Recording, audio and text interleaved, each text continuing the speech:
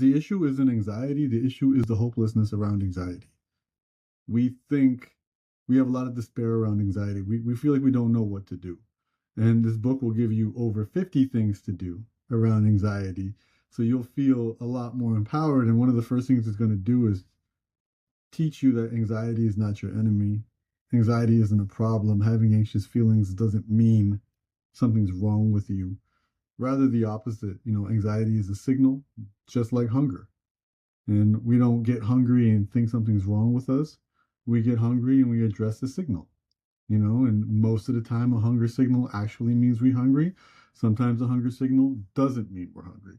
And I think that's important to know. It's the same thing with anxiety. It's just a significantly older security system that we have that really isn't relevant to the world that we live in today.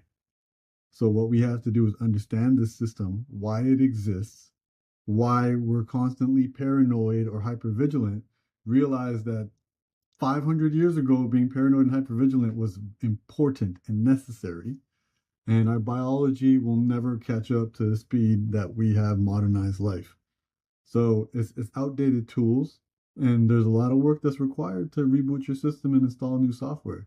And it's challenging work, but it'll help you update your software for the world that we live in, which is by design and for profit here to continually make us more anxious. Yeah.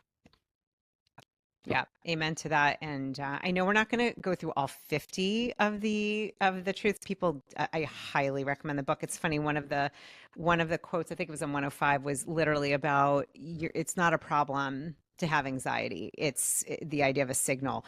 It made me chuckle because I struggled with food addiction. I'm very open about it, and the signal of hunger.